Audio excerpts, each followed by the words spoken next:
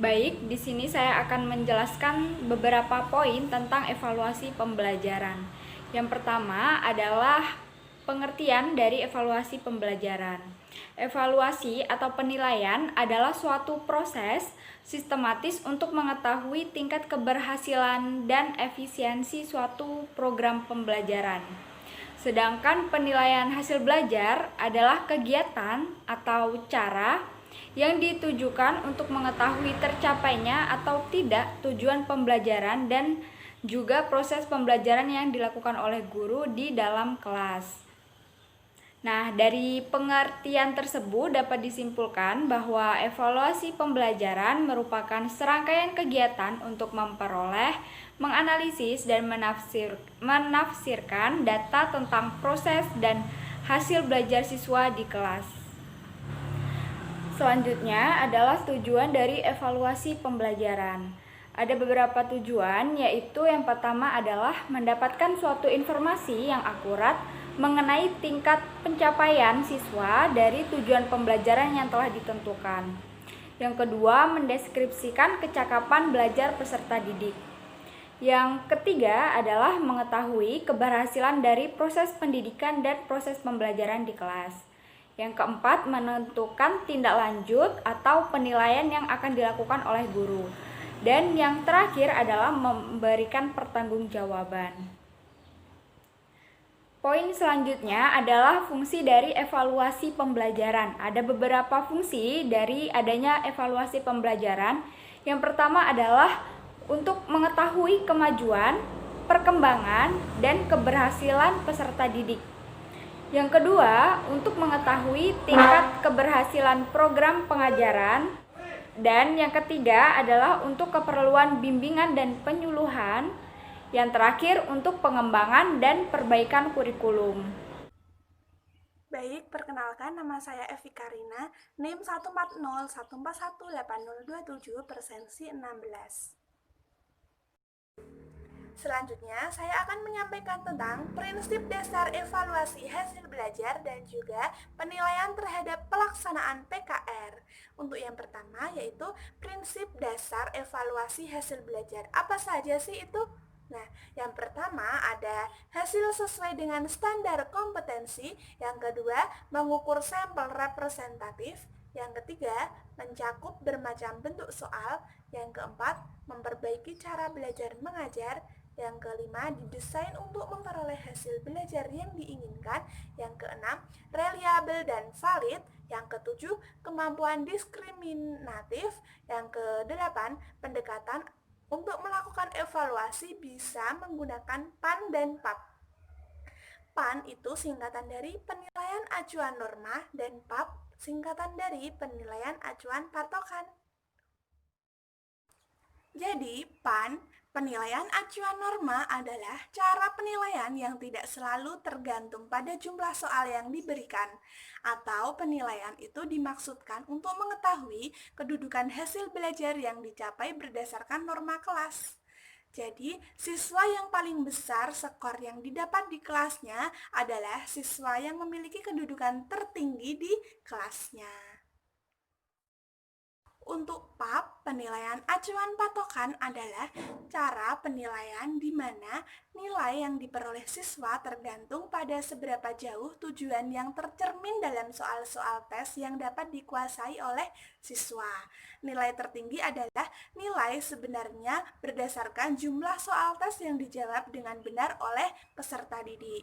Dalam PAP, ada passing grade atau batas lulus. Apakah siswa yang dapat dikatakan lulus atau tidak berdasarkan batas lulus yang telah ditetapkan.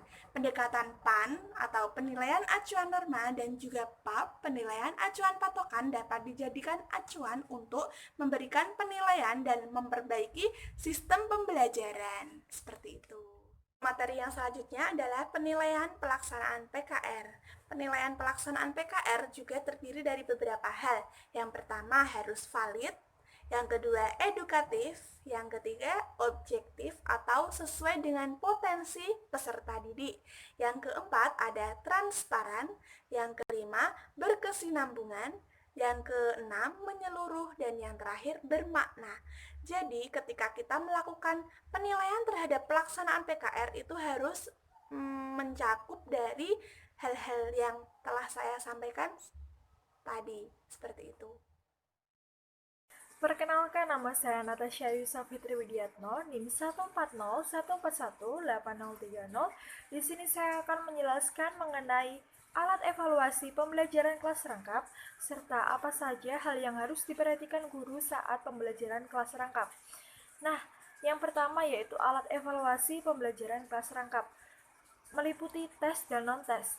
Tes sendiri meliputi tes tertulis, tes lisan, dan tes perbuatan.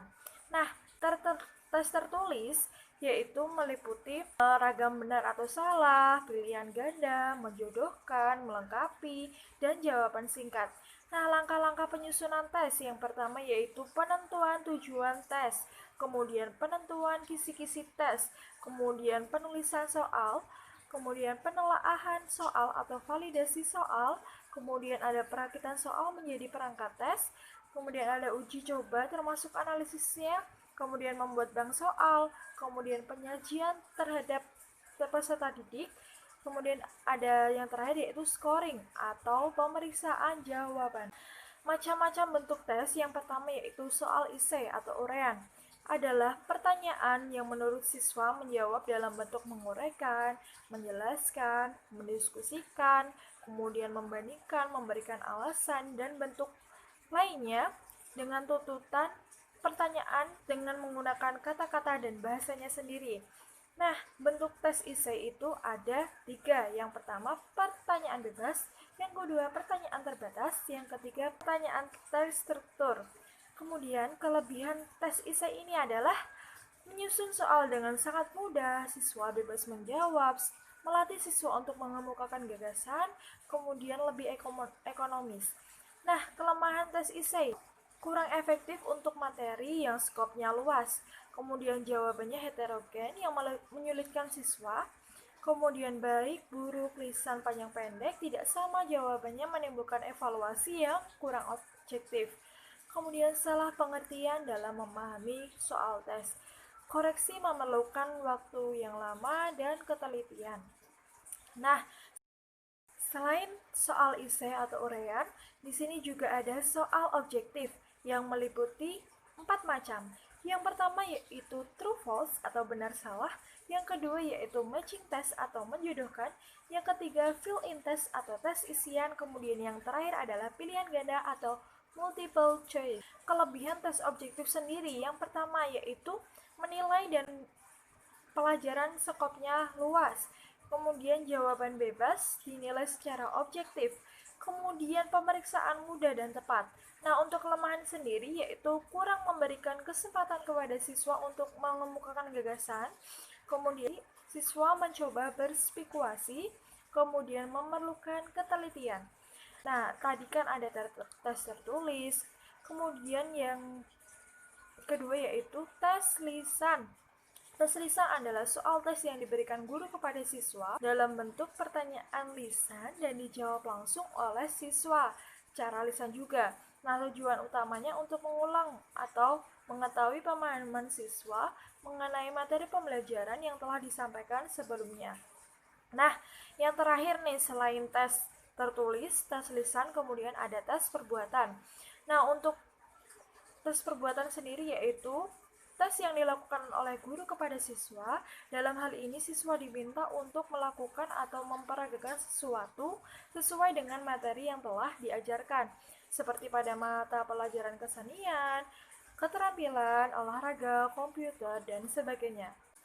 Selain tes, ada juga non-tes, yaitu menilai proses. Dalam hal ini, untuk menilai proses, guru dapat menggunakan alat evaluasi berupa catatan lepas mengenai ketiga hal tersebut, yaitu misalnya pertanyaan siswa, jumlah siswa yang bertanya, interaksi siswa dengan sumber belajar, kemudian interaksi antar siswa, kemudian suasana kelas secara keseluruhan. Nah, format observasi berupa daftar cek mengenai aspek-aspek berikut. Bisa dilihat di sini.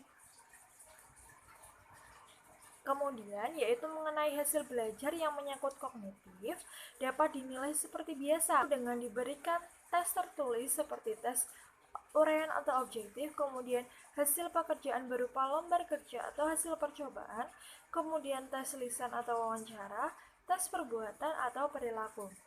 Nah, itu tadi alat evaluasi pembelajaran kelas rangkap. Selanjutnya, poin yang kedua, saya akan menjelaskan apa saja sih hal yang harus dilakukan guru dalam pelaksanaan pembelajaran kelas rangkap. Yang pertama yaitu mengecek keterlaksanaan jadwal. Yang kedua, mengecek keterlaksanaan pembelajaran di kelas-kelas yang dirangkap. Kemudian mencatat materi yang tidak sempat diajarkan. Kemudian mencatat kegiatan yang tertunda, kemudian mencatat tugas-tugas yang harus diberikan kepada siswa di hari berikutnya, kemudian mencatat pertanyaan murid yang belum sempat terjawab, kemudian mencatat murid-murid yang belum banyak terlibat secara aktif dalam belajar, kemudian menuliskan hal-hal yang perlu diperbaiki dalam pembelajaran kelas rangkap, kemudian mencatat hal-hal yang memuaskan dan mengecewakan, kemudian mengapa harus mencatat hal-hal yang perlu dibicarakan dengan guru lain. Nah, itu tadi penjelasan saya mengenai alat evaluasi dan apa saja sih hal yang harus dilakukan guru dalam pelaksanaan pembelajaran kelas rangkap. Semoga bermanfaat bagi kita semua. Tetap jaga kesehatan. Assalamualaikum warahmatullahi wabarakatuh.